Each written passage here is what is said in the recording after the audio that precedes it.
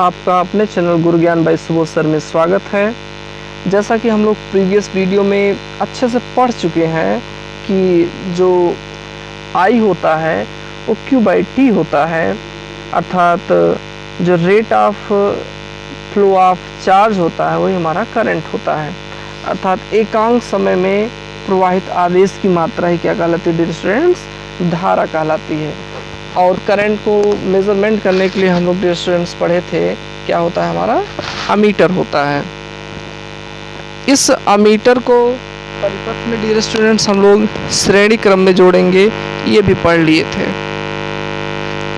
Next students हम लोग पढ़े थे V = W/Q होता है, अर्थात एकांक आवेश को किसी चालक में एक बिंदु से दूसरे बिंदु तक पहुंचाने में जो कार्य किया जाता है डियर स्टूडेंट्स, वही हमारा क्या कहलाता है? उन दोनों बिंदुओं के बीच का विभवांतर कहलाता है डियर स्टूडेंट्स।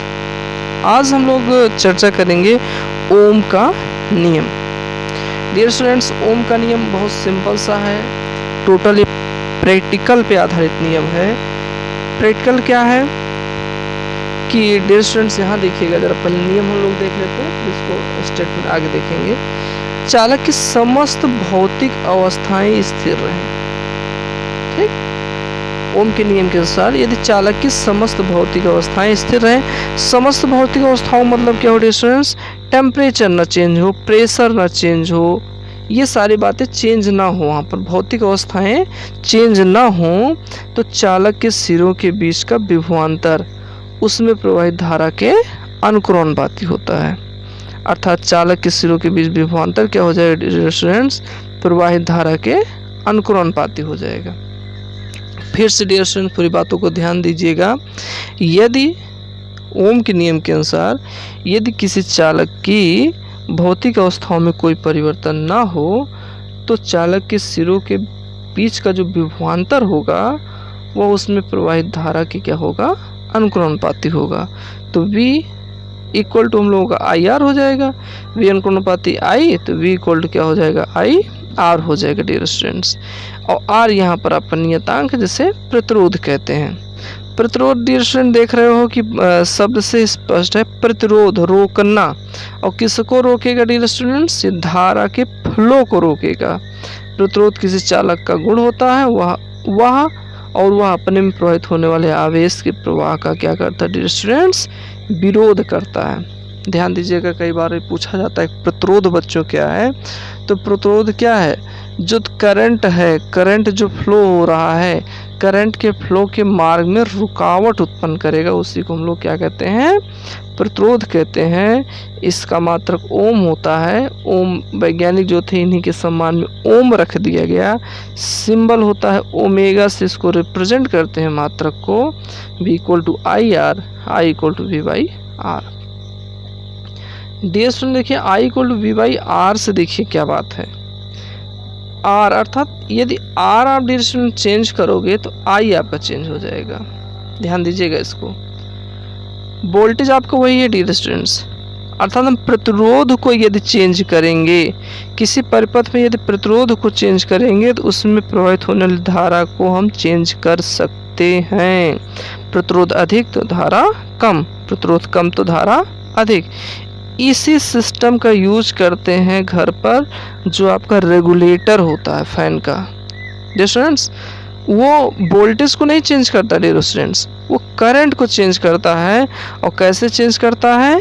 ये R से। अर्थात अगर हम रेगुलेटर ना लगाएं तो जो लाइट है उसी लाइट पे फैन जैसे चल रहा है वैसे चलता रहेगा, लेकिन रेगुलेटर की मदद से क्या होता है? अगर इस फैन की स्पीड को हम कम कर सकते हैं डियर स्टूडेंट्स, बात को ध्यान रखिएगा। अर्थात हम रेजिस्टेंस कम कर देते हैं, और रेजिस्टेंस कम करने से हमारा I बढ़ जाता है, और रेजिस्टेंस अधिक करने से हमारा I क्या हो जाता है? घट जाता है डियर स्टूडेंट्स। तो ये वोल्टेज में कोई दिक्कत नहीं होती वहाँ रेगुलेटर, वोल्टेज आपका एज इट इज जैसे वैसे बना रहेगा। सिर्फ रेजिस्टेंस, रेगुलेटर में ऐसी व्यवस्था होती है कि रेजिस्टेंस को कम और अधिक करके हम धारा के मान को अधिक और कम कर सकते हैं। ये डियर स्टूडेंट्स परिपथ में प्रवाहित धारा प्रतिरोध के व्युत्क्रमानुपाती होती है। यदि प्रतिरोध 2 गुना हो जाए तो विद्युत धारा आधी रह जाती है। डियर स्टूडेंट्स ध्यान दीजिएगा, इस प्रकार किसी परिपथ में वोल्टेज में बिना कोई परिवर्तन किए ही धारा को नियंत्रित किया जा सकता है। धारा नियंत्रक द्वारा प्रतिरोध को बदलकर धारा को नियंत्रित किया जाता है। धारा नियंत्रक डियर स्टूडेंट्स होता है, उस धारा नियंत्रक में क्या करते हैं हम लोग प्रतिरोध को चेंज करते रहते हैं और प्रतिरोध चेंज करके डियर स्टूडेंट्स हम लोग धारा को नियंत्रित कर लेते हैं। यहाँ पर डियर स्टूडेंट्स ये भी ध्यान रखिएगा कि धारा और वोल्टेज में जो ग्राफ खींचा जाता है वो एक सीधी रेखा प्राप्त होती है। ये सबसे इम्पॉर्टेंट है कि ओम के नियम में करंट और वोल्टेज में जो ग्राफ ड्रॉ किया जाता है वो क्या प्राप्त होता है, तो एक सीधी रेखा प्राप्त होती है dear students. V directly proportional to I है तो एक सीधी रेखा प्राप्त होती है। ओके, विभवांतर के बीच खींचा गया ग्राफ एक सीधी रेखा प्राप्त होती है डियर स्टूडेंट्स। और यहाँ पर ये भी ध्यान रखिएगा वोल्ट मीटर को किस में चेंज लगाते हैं, किस क्रम में, समांतर क्रम में। और हम लोग चलते चलते फिर से एक बार ओम के नियम को दोहरा लेंगे कि यदि किसी चालक की समस्त भौतिक अवस्थाओं को क्या करके रखा जाए, कांस्टेंट करके रखा जाए, स्थिर करके रखा जाए, उसे बदला ना जाए। भौतिक अवस्थाएं जैसे जो चालक है उसका ताप हुआ, दाब हुआ, आकार हुआ, ये सब मतलब कोई चेंज ना किया जाए, एज इट इज जैसे हो वैसे क्या वो बना रहे। तो चालक के सिरों का जो विभवांतर होगा उसमें प्रवाहित धारा के क्या होगा डियर स्टूडेंट्स, अनुक्रमानुपाती होगी। और ये अनुक्रमानुपाती हटता है कांस्टेंट आता है, जैसे हम लोग प्रतिरोध कहते हैं। प्रतिरोध क्या करता है डियर स्टूडेंट्स, धारा के मार्ग में रुकावट उत्पन्न करता है। उस रुकावट का सबसे अच्छा लाभ है कि इस रुकावट से ही हम लोग करंट के मान को अधिक और कम कर सकते हैं। इसे धारा नियंत्रक बनाया जाता है डियर स्टूडेंट्स। और I और V में खींचा गया ग्राफ हमेशा क्या होता है, एक सीधी और सरल रेखा होती है। Thanks for watching my video dear students. Video को अच्छे से कई बार देखिए, सब्सक्राइब कीजिए चैनल को हमारे से, और शेयर भी करते रहिए और लाइक भी करते रहिए। Thanks for watching my video.